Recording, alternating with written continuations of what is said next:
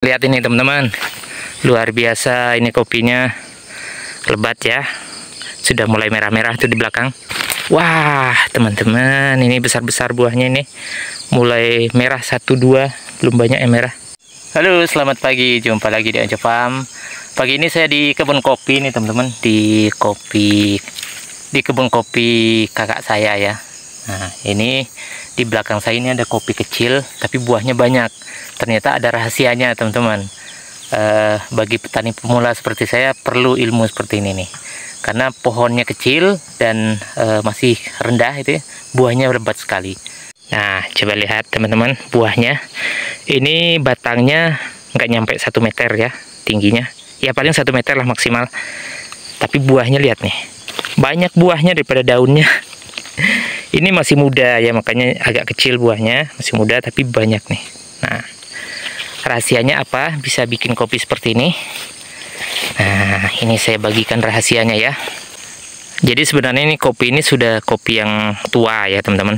Ini pohon aslinya, terus ini yang asli dulu, terus dipotong sininya, ini di stek ya, kopi stek ini, makanya dia bisa seperti ini. Nah jadi indukan yang aslinya untuk batang bawahannya saja, tapi untuk dahan yang berbuah ini adalah stekannya. Jadi diambil dari dahan kopi lain yang buahnya banyak, yang lebat, kemudian disambungkan ke sini. Jadi yang batang utamanya ini berfungsi sebagai penahan bagian bawah saja. Bagian atasnya yang berbuah ini dahan yang baru tadi yang disambungkan. Hasilnya seperti ini. Ini baru berbuah ya, baru belajar berbuah karena masih sedikit dahannya, tapi sudah luar biasa ini teman-teman. Nah nanti kalau sudah banyak lagi dahannya memanjang, dia akan berbuah lagi. Ini lihat nih bunganya, ini nanti buah lagi di sini sampai ujung. Ini masih baru, belum ada yang matang, masih muda ya, masih kecil-kecil nih.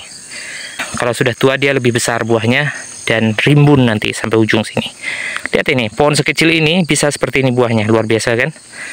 Itulah keunggulan dari kopi stek. Dan kopi yang tua tidak perlu dibasmi, cukup ditebang saja.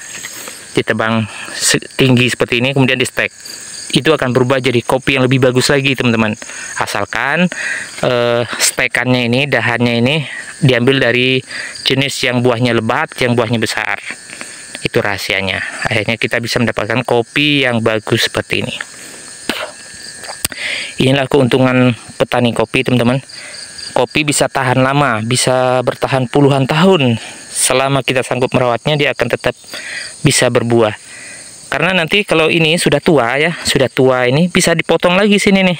Potong lagi dan di stek lagi yang baru. Dia akan menjadi kopi yang baru lagi. Karena kalau umbinya ini, batangnya ini bisa besar, nggak masalah, dia semakin besar semakin bagus. Nah jadi ini ya, bisa dilakukan peremajaan tanpa harus mengganti bibit baru, tanpa harus menanam lagi. Cukup melakukan stek seperti ini, dan dalam waktu cepat dia akan langsung berbuah. Luar biasa ya. Ini kebunnya, ini baru disemprot ya. Jadi nih baru disemprot nih tanaman rumputnya. Lihat ini teman-teman, kopinya. Ini belum di stek semua. Ini masih kopi yang aslinya, yang belum di stek seperti ini. Tinggi dia. Jadi baru sebagian kecil yang di stek sini. Kita cek lagi ke sini ya. Asik nih teman-teman, pagi-pagi main di kebun kopi. Ini buahnya. Oh, lihat nih teman-teman. Ini sudah ada yang matang nih sebagian. Nih, udah mulai merah-merah. Tapi ini bukan kopi stek yang ini ya, masih kopi aslinya. Nih, masih kopi aslinya. Yang berbuah ini masih asli. Tapi di sini sudah di stek sama kakak saya nih. Ini udah di stek di sini. Tapi belum berbuah, yang stekannya masih kecil. Nah ini mantap ya. Keren. Wah ini ada yang ini teman-teman, lihat ini teman-teman, luar biasa ini kopinya, lebat ya, sudah mulai merah-merah tuh di belakang. Ini lebat banget nih. mantap ya. Keren. Bagian sini banyak buahnya ya. Tuh, di sana tuh. Wah, teman-teman, ini besar-besar buahnya ini. Mulai merah 1, 2, belum banyak yang merah. Keren ya. Kopi ini adalah bisnis yang sangat menjanjikan di desa. Saat ini harga kopi sedang melambung, teman-teman, menjelang lebaran nih. Di tempat saya sekarang harga kopi sudah mencapai 50.000, bahkan ada yang lebih untuk per kilonya. Nah, lihat kan, punya 1 ton kopi sudah dapat berapa juta, teman-teman. Luar biasa kan. Makanya sekarang saya berminat banget untuk membangun kebun kopi, dan kebun saya sedang proses, teman-teman. Asik sekali kebunnya, teman-teman. Lihat kopi yang sudah berbuah seperti ini, jadi tambah semangat saya bekerja untuk membangun kebun saya sendiri. Karena punya saya itu masih jauh ya, masih buka lahannya, baru bersih-bersih lahannya, dan masih harus menebang bambu yang banyak banget, yang padat.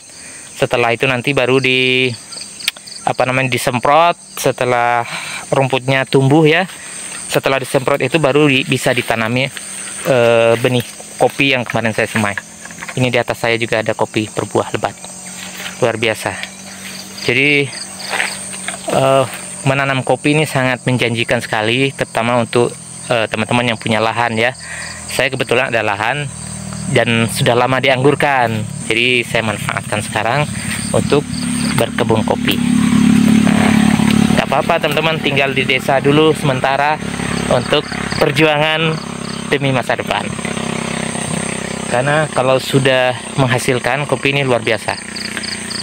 Dan untuk bisa mendapatkan buah seperti ini tidak butuh waktu yang cukup lama, teman-teman. Dari menanam itu sekitar 18 bulan atau sampai 2 tahun itu dia sudah mulai berbuah, tapi belum banyak gitu ya. Tapi kalau sudah masuk tahun ketiga itu baru namanya panen raya. Kalau di sini namanya ngagung ya, ngagung atau panen raya. Nah, itu panen raya pertama itu di tahun ketiga. Nah, ini sudah lebih 3 tahun ini. Jadi 3 tahun kita sudah bisa menikmati hasil dari jerih payah kita membangun kebun kopi. Jadi sangat recommended sekali kalau kita tinggal di desa untuk membangun kopi. Meskipun tidak tinggal di desa, asal kita punya lahan, juga sangat menarik budidaya kopi, teman-teman. Dan saya nanti akan saya kombinasikan kebun saya.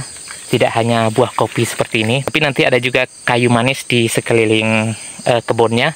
Akan saya tanami kayu manis, karena kayu manis juga sangat bagus ya harganya. Cuman dia kalau digabung sama kopi di tengah lahan ini, kopinya akan kalah. Jadi saya akan bikin di pinggir saja sebagai pagar gitu. Nah, tapi di tempat kakak saya ini campur kayu manis dia, teman-teman. Nih, ini ada kayu manisnya, dan ini sebenarnya merusak kopi nantinya.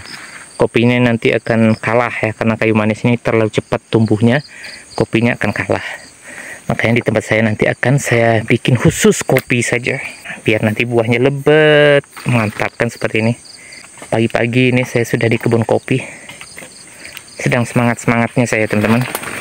Pengen punya kebun sendiri, jadi nggak cuma lihat orang panen, kita pun bisa panen nanti. Oke ya teman-teman, ikuti terus saya di kebun. Dukung terus channel saya supaya bisa berkembang, dan saya semakin semangat membuat konten-konten tentang pertanian. Oke, sampai jumpa lagi. Assalamualaikum.